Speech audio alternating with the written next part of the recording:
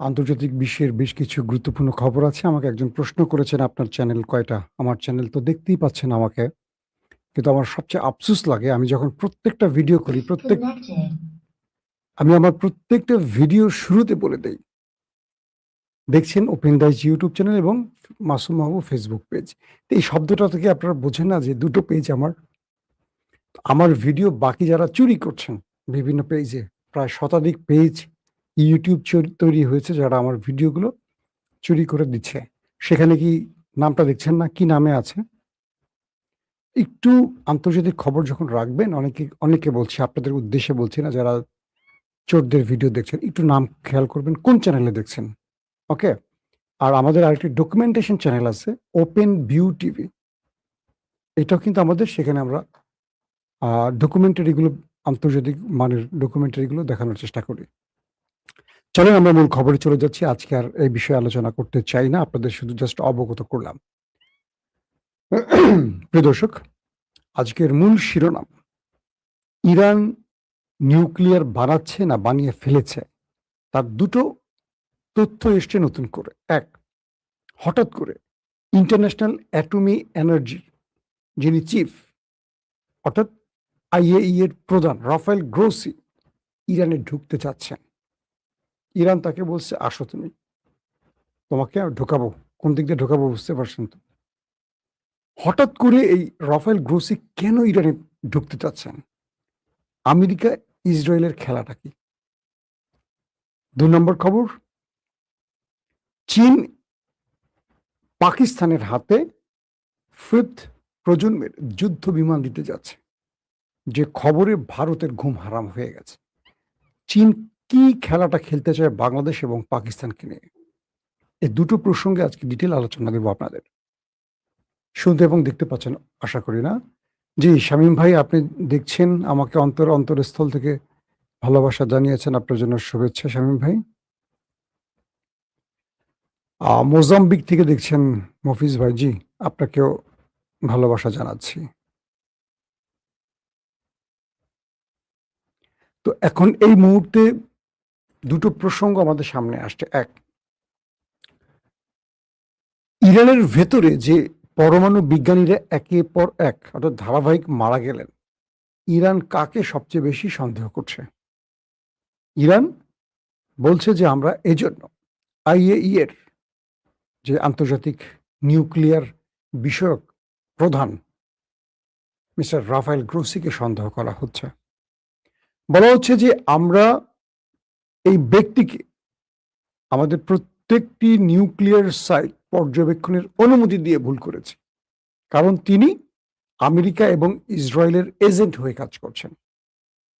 কোথায় কি আছে, কোন পরমাণু বিজ্ঞানীরা এই কাজগুলো করছেন, পুরো তথ্য ডাটা তিনি এখানে এসে আমাদের সাইট ভিজিট করে সংগ্রহ করেছেন এবং ধারণা করা হচ্ছে উনি কোনো বিশেষ চিপ নিউক্লিয়ার সাইডে বসিয়ে রেখে আমেরিকা এবং ইসরায়েলকে আক্রমণে সহযোগিতা করেছেন।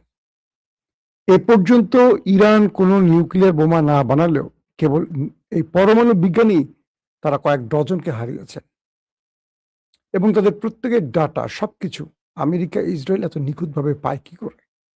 তো এ থেকে ইরান বলছে যে এই রাফায়েল গ্রোসি তাদের সন্দেহের প্রথম তালিকায় রয়েছেন এবং তিনি এখানে এসে সাইট ভিজিট করছেন আর ভেতরে ইসরায়েল এবং আমেরিকার CIA এবং মোসাদের এজেন্ট হয়ে কাজ করছেন। সো তাকে আর ইরানের ভেতরে ঢুকতে দেওয়া হবে না। যখন রাফায়েল গ্রোসি ইরানের ভেতরে ঢোকার অনুমতি চেয়েছেন, ঠিক সেই সময়টি ইরান আবার এই ঘোষণাটি দিল। মূলত ১০০ দিনের লড়াই শেষে ৪০ দিনের যুদ্ধ, তারপর যুদ্ধবিরতি সব মিলে প্রায় ২০ দিনের কাছাকাছি হয়ে গেল। আমেরিকা এখন পর্যন্ত জানছে না, ইসরায়েল এখন পর্যন্ত জানছে না ইরানের সেই নিউক্লিয়ার সাইটগুলোর অবস্থা কিংবা ইরানের যে পরমাণুগুলো আছে, সমৃদ্ধকরণ পরমাণুগুলো আছে, এগুলো কোথায় আছে, কি অবস্থায় আছে। যে কারণে আমেরিকা এই বিষয়টি নিয়ে যথেষ্ট টেনশনে আছে। পাশাপাশি আমেরিকা এবং ইসরায়েল চিন্তা করছে যে এই সময়টির মধ্যে ইরান এটিকে 60% থেকে 90% সমৃদ্ধ করে কোনো অ্যাটম বোমা বানিয়ে ফেলেছে কিনা। তো এই জন্যই আমেরিকা এবং ইসরায়েল তারা রাফায়েল গ্রোসিকে নতুন করে ইরানের ভেতরে পাঠিয়ে তথ্য উপাত্ত সংগ্রহের কাজ করতে চান। এটি হলো ইরানের অভিযোগ। তো সেই আলোকে ইরান রাফায়েল গ্রোসির উপর নিষেধাজ্ঞা দিয়ে বসেছে, বলছে আমাদের সাথে আমেরিকার 60 দিনের যে চুক্তিটি, অর্থাৎ আগামী 60 দিন আমরা যুদ্ধবিরতি মেনে চলব, শান্তি চুক্তির নিয়ম ফর্মুলা মেনে চলব, কিন্তু এই 60 দিনের মধ্যে কোনো আইএই এর অর্থাৎ অ্যাটমিক এনার্জি কোনো ব্যক্তিরা এই দেশে আসবে না। 60 দিন পর আমরা একটি মেকানিজমের মাধ্যমে দুই দেশ আবার আলোচনায় আসব। সেই সময়টি আমরা নির্ধারণ করব ইরান তার নিউক্লিয়ার বিষয়ে কি সিদ্ধান্ত নেবে, বা আমেরিকার কি চাইছে, বা আন্তর্জাতিক ইউনিটি বা জাতিসংঘ কি চাইছে। কিন্তু এর মধ্যে আমরা কোনোভাবে আইএই এর কোনো সদস্যকে ইরানে ঢুকতে দেব না। বাস, আমেরিকা ইসরায়েলের চাল ভেস্তে গেল। কারণ এই ব্যক্তির মাধ্যমে ট্রাম্প নেতানিয়াহু বোঝার চেষ্টা করছিল ইরান কি করছে আসলে তার সমৃদ্ধকরণ ইউরেনিয়াম, এটি কি বোমায় রূপ নিয়েছে, বা আমেরিকা আদৌ কতটুকু ক্ষতি করতে পেরেছে, বা ইরান তার নিউক্লিয়ার সাইটগুলোকে কতটুকু সংস্কার করে আবারও কাজ শুরু করেছে। টোটাল ডাটা আমেরিকার জানার বাইরে। ইরান এমন ভাবে ভেতর থেকে, অর্থাৎ এই ইন্টারন্যাশনাল মানে আইএই এর যে সদস্যদের তথ্য, সে তথ্যের মাঝে এমন ভাবে দেয়াল তৈরি করে দিয়েছে আমেরিকা ইসরায়েল এই মুহূর্তে কোনো তথ্য নিতে পারছে না। আর তাই তাকে পাঠানোর চেষ্টা করছে। তিনি এখন সাংবাদিক সম্মেলন করছেন বা ক্যামেরায় এসে বলছেন যে আমি ইরান যেতে চাই, কিন্তু ইরান আমাকে অনুমতি দিচ্ছে না। ইরান বলছে তোমাকে আর কখনোই অনুমতি দেওয়া হবে না, তুমি হলে ওই দুটো দেশের এজেন্ট, তোমার কারণে আমাদের এই লোকগুলো মারা গেছে। সো তোমাকে পৃথিবী উল্টে গেল, যদি যুদ্ধ আবারও শুরু হয় হবে, তোমাকে ঢোকার অনুমতি দেয়া হবে না, হবে না, হবে না। বুঝতে পারছেন খেলা কোন দিকে চলে গেছে। এখন ট্রাম্প কি করবেন? এখন ট্রাম্প হাউকাউ করবেন। ইসরায়েলের নেতা নিয়ে এখন ট্রাম্পকে বলবে তুমি তো যুদ্ধবিরতি ঘটিয়ে ফেলেছো, ইরানকে সব দিয়ে দিয়েছো, এখন দেখো ইরান কি করে। এই তো ইরান বোমা বানিয়ে ফেলছে। প্রশ্ন হলো, রাফায়েল গ্রোসি কখনো ইসরায়েলকে প্রশ্ন করেছে তোমার কাছে ডিমোনাতে যে 90টি অ্যাটম বোমা রয়েছে, নিউক্লিয়ার বোমা রয়েছে, তুমি এটা স্বীকার করছো না কেন? অথবা এই অ্যাটমিক এনার্জি এই সংস্থাটি কখনো ইসরায়েলকে প্রশ্ন করেছে তোমার কাছে কি আদৌ নিউক্লিয়ার আছে কি নেই? যদি থাকে তুমি স্বীকার করছো না কেন? তুমি কোন নিয়ম এটি বানিয়েছো? যদি না থাকে তাহলে ডিমোনাতে কি আছে? 90টি যে নিউক্লিয়ার বোমা আছে বলে বিভিন্ন গণমাধ্যমে আসে, এগুলো কোথায়? এই বিষয়ে রাফায়েল গ্রোসি কখনো ইসরায়েলকে প্রশ্ন করেনি। তাদের সকল চিন্তা চেতনা ইরানকে ঘিরে।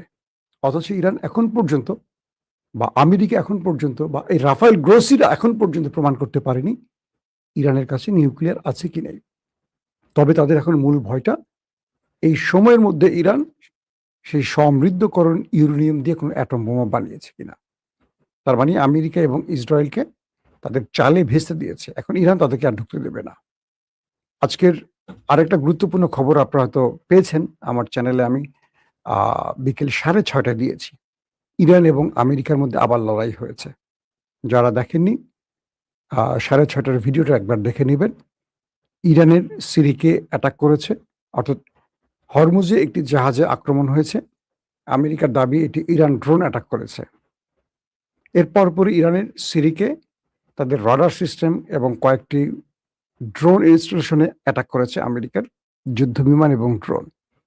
সঙ্গে সঙ্গে আমেরিকা আবার মধ্যপ্রাচ্যে থাকা মার্কিন ঘাঁটিগুলোকে লক্ষ্য করে সিরিজ মিসাইল এবং ড্রোন অ্যাটাক চালিয়েছে।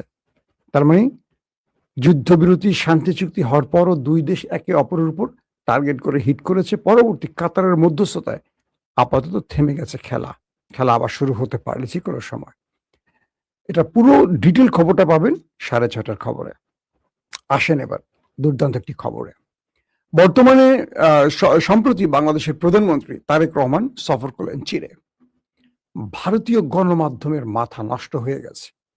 আমার পার্সোনালি পরিচিত প্রায় খুব বড় মাপের সাংবাদিক এনডিটিভির সহ আরো কয়েকটা ইংলিশ গণমাধ্যম এবং এনডিটিভির। আমার খুব বন্ধুরা যারা আমরা একসাথে লন্ডনে কাজ করেছি। আমাকে নক দিয়েছিল কিছু তথ্য জানার জন্য। যে তারেক রহমান চীন সফর করছেন তার আসলে মূল উদ্দেশ্য কি? তার মানে ভারতের খুব জানতে চাওয়া। প্রথম অর্থাৎ তারেক রহমান ক্ষমতায় বসে তার প্রথম বিদেশ সফর হলো চীন। বুঝছেন? এটি নিয়ে তাদের ঘুম হারাম। তারেক রহমান কি চুক্তি করতে যাচ্ছে, কি করবে না করবে টোটাল বিষয়গুলো। এটা নিয়ে আমি আলাদা একটা পর্ব করব। তারেক রহমানের চীন সফর নিয়ে। আমরা সেই বিষয়টি আপাতত রাখি। আসেন কয়েকটা গুরুত্বপূর্ণ খবর দিচ্ছি। পাকিস্তানের সাথে চীনের একটা চুক্তি হচ্ছে বা হয়ে গেছে। যদিও বলছে যে খসড়া, কিন্তু আমার ধারণা হয়ে গেছে, কারণ এরা আমি পূর্বেই শুনেছি আরো ১-১.৫ বছর আগে। চীনের যে ৫ম প্রজন্মের যুদ্ধ বিমান স্টিলথ প্রযুক্তির J-35A অর্থাৎ মার্কিন F-35 তাদের J-35 ৫ম প্রজন্মের যুদ্ধ বিমান। পাকিস্তানকে ৪০টি দিচ্ছে চীন। বলা হচ্ছে ২০২৭ মানে আগামী বছর থেকে ২০৩০-৩৫ পর্যন্ত ধারাবাহিক এই ৫ম প্রজন্মের যুদ্ধ বিমানগুলো পাকিস্তানকে হস্তান্তর করা হবে। ভারতে এ পর্যন্ত যে আকাশ প্রতিরক্ষা সিস্টেম ব্যবহার করা হয়, রাশিয়ান S-400 সহ আরো কিছু, এগুলো চতুর্থ বা 4.5 প্রজন্মের যুদ্ধ বিমানকে মোটামুটি ইন্টারসেপ্ট করতে পারে। ভারতের কাছে এখনো 5th প্রজন্মের যুদ্ধ বিমান মোকাবেলার প্রতিরক্ষা ব্যবস্থা খুব একটা নেই বলা হয়। হ্যাঁ, এখন S-400 কিন্তু 35 কে টার্গেট করতে পারে, কিন্তু কতটুকু সফল হয় তার উপর ডিপেন্ড করে, কারণ এই স্টিলথ প্রযুক্তির যুদ্ধ বিমানটি যে কোনো রাডার ফাঁকি দেওয়ার ওস্তাদ। এরই মধ্যে ইরানে যখন ঢুকেছিল F-35 মার্কিন যুদ্ধ বিমান এই স্টিলথ প্রযুক্তির, এটিকে তাড়া করেছে, দুটাকে বাধ্যতামূলক অবতরণ করিয়েছে, একটাকে ধ্বংস করেছে, ইরান দাবিও করেছে। তার মানে ইরানের যে রাডার ব্যবস্থা ফাঁকি দিয়ে আমেরিকা ঢুকেছিল এই স্টিলথ প্রযুক্তির যুদ্ধ বিমান নিয়ে, সেটাকে ইরান ঘায়েল করার চেষ্টা করেছে, অনেকটা সফল হয়েছে, তাই তো? তো ইরান তাহলে প্রশ্ন আসে যে ইরানের কাছে এই প্রতিরক্ষা ব্যবস্থাটি কোত্থেকে আসছে? অনেকে বলছে এটি চীন থেকে আসতে পারে বা চীনের কোন সংস্করণ ইরানের কাছে পৌঁছেছে। তো যখনই পাকিস্তানকে চীন J-35A দিচ্ছে বলছে বা দিচ্ছে ২৭ সাল থেকে, তখনই ভারতের কপাল কুঁচকে গেছে, ভারত টেনশনে পড়ে গেছে, কারণ ভারতের যে প্রতিরক্ষা ব্যবস্থা আছে এটাকে এখন নতুন করে সাজাতে হবে।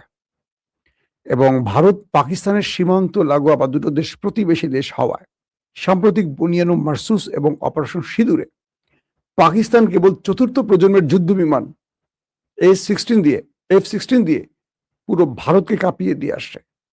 তাদের যে ব্রহ্মস মিসাইল স্টোরেজে হিট করেছে, তাদের শ্রীনগর সহ কয়েকটি গুরুত্বপূর্ণ জায়গায় হিট করে এসছে, এবং বলা হয় কয়েক ঘন্টা ভারতকে অন্ধকার করে দিয়ে আসছিল পাকিস্তান। লাস্টে বাধ্য হয়ে কয়েক শত না কয়েক হাজার ভারতীয় সেনা ওপারে চলে গেছে। পরে আমেরিকার মাধ্যমে নরেন্দ্র মোদী বাধ্য হয়ে সিজফায়ার ঘটিয়েছে। তো সেই পাকিস্তানের হাতে যদি এখন এই স্টিলথ প্রযুক্তি, পৃথিবীতে এই মুহূর্তে যুদ্ধ বিমানের ক্ষেত্রে ৫ম প্রজন্মের স্টিলথ প্রযুক্তির আমেরিকার, রাশিয়ান হলো Su-35 আর এদের হলো J-35, ওদের F-35, এই ৩টি দেশের কাছে যে ৫ম প্রজন্মে আছে, এই ৫ম প্রজন্মের খেলা পাকিস্তানের কাছে পৌঁছে যাওয়া মানে হলো ভারতের জন্য ঘুম হারাম হওয়ার ঘটনা। ভারতকে বিশাল অ্যামাউন্ট খরচ করে এখন প্রতিরক্ষা ব্যবস্থা, রাডার সিস্টেমকে আপডেট করতে হবে, ১। ২ নম্বর, ইলেকট্রনিক্স ওয়ারফেয়ারের যে খেলা, সেই খেলা তুরস্ক এবং চীন পাকিস্তানকে যা দিয়েছে সেটা কিন্তু ভারতের কাছে নেই। ভারতের কাছে প্রায় ৫ থেকে ৬০০ ফাইটার জেট আছে মনে করেন। এর মধ্যে সেকেলে একেলে আগামীকালের কয়েক কালেরই আছে। কিন্তু তাদের কাছে যে সবচেয়ে পাওয়ারফুল রাফায়েল, সেই রাফায়েলকে 5টিকে মাটিতে শুইয়ে দিয়েছিল বুনিয়ানু মারসুসে পাকিস্তান।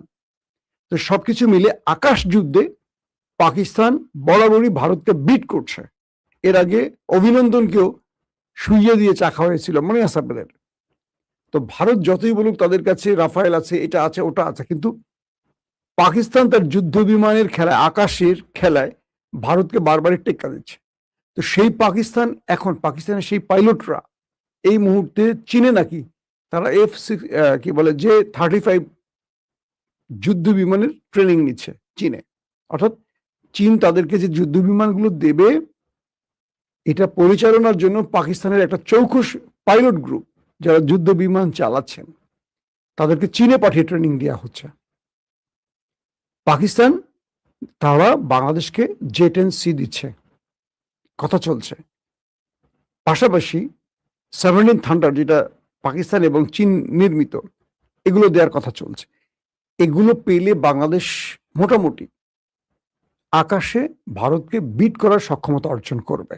সংখ্যায় কতটি সেটা পরের কথা, কিন্তু ভারত অ্যাটাক করলে বাংলাদেশ নীরবে বসে থাকবে না, বাংলাদেশও পারবে, সেটার একটা বিষয় বললাম। পাশাপাশি তুরস্ক বাংলাদেশকে ড্রোন দিচ্ছে।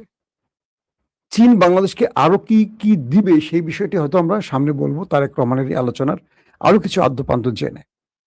কিন্তু পাকিস্তান যদি 5ম প্রজন্মের যুদ্ধ বিমান পেয়ে থাকে, এটি হবে বাংলাদেশের জন্য আরেকটা খুশির খবর। কারণ পাকিস্তানের সাম্প্রতিক সময় একটা বড় পাইলট যারা ভারতের আকাশে উঠে ভারতকে পরাজিত করেছে, আমি জেনেছি তারা বাংলাদেশে এসে বাংলাদেশের পাইলটদের ট্রেনিং এর একটি সেশন করেছেন পাকিস্তান থেকে এসে। এই যে যাত্রাটা শুরু হয়েছে, এটা নরেন্দ্র মোদীর জন্য খুব টেনশনের কারণ হয়ে গেছে। তাই বলতে হবে এই মুহূর্তে তারেক রহমানকে সবচেয়ে সজাগ যেমন থাকতে হবে এবং সবচেয়ে নিরাপদ অবস্থায় তাকে থাকতে হবে, বা তার আশেপাশে যারা আছেন সবাই তো আর বিশ্বাসী না, বিশ্বাসীর মধ্যে অবিশ্বাসী থাকে। যেমন জিয়াউর রহমানকে প্রাণ দিতে হয়েছে, তারেক রহমান যেই পরিকল্পনায় এগুচ্ছেন সেই পরিকল্পনাগুলো বাস্তবায়ন করতে হলে তার জন্য আমাদেরকে অনেক সজাগ থাকতে হবে। কারণ এইটুকু বিশ্বাস করি, তার এই চীন সফর ভারতের কাছে গলার কাটা হয়ে যাচ্ছে। হয়তো অনেক কিছু প্রকাশ্য অপ্রকাশ্য হবে যেটা আমি আপনি জানেন না, জানিও না, মিডিয়াও আসবে না। হয়তো সেই তথ্য কোনো না কোনোভাবে রয়ের হাত ধরে ভারতের কাছে আছে। তো সবকিছু মিলে আমরা একটা বাক্য বলতে পারি, তুরস্ক, চীন, পাকিস্তান যদি আমাদের পাশে থাকে, নরেন্দ্র মোদীর ভারত আমাদের একটা চুল ছিঁড়তে পারবে না। তাই আমাদের কূটনীতিতে প্রতিবেশী ভারতের সাথে বন্ধুত্ব আমরা চাই, তবে তাদের দখলদারিত্ব এটা আমরা মানব না, তাদের খবরদারি আমরা মানব না। আমরা বন্ধুত্ব চাই সমতার ভিত্তিতে। আবারও বলছি, সমতার ভিত্তিতে, ছোট আর বড় ভাই হিসেবে না। দুটো রাষ্ট্রের ফ্রেন্ডশিপ আমরা দেখতে চাই, ভারত এবং বাংলাদেশের বন্ধুত্ব আমরা দেখতে চাই। কিন্তু তুমি আমাকে মদ দিবা, গাঁজা দিবা, ইয়াবা দিবা, ফেন্সিডিল দিবা, আর 54 বছরে আমাদের সীমানায় মানুষ মারবা, কোনোদিন আমাদের মানে সামরিক বাহিনীকে তুমি আধুনিক হতে দিবা না, কি আমাদের বিমান বাহিনীকে আধুনিক হতে দিবা না, নৌবাহিনীকে আধুনিক হতে দিবা না, কারণ তোমার জন্য আতঙ্ক। তাহলে এমন বন্ধুত্ব আমরা চাই না। তোমার নেশা তুমি খাও, আমরা প্রয়োজনে তুরস্ক, চীন, পাকিস্তান বা আরো যাদের ইরান, প্রয়োজনে ইরানের থেকে আমরা মিসাইল আনবো, শাহেদ ড্রোন আনবো, ভুরি ভুরি আনবো, এনে আমরা আমাদের সীমান্ত না শুধু আমাদের দেশকে অরক্ষিত করব। আমি তারেক রহমানের সাম্প্রতিক যে পলিসিগুলো দেখছি, সেই পলিসিগুলো নিশ্চিন্তে তিনি নীরবে খেলছেন বলে মনে হচ্ছে।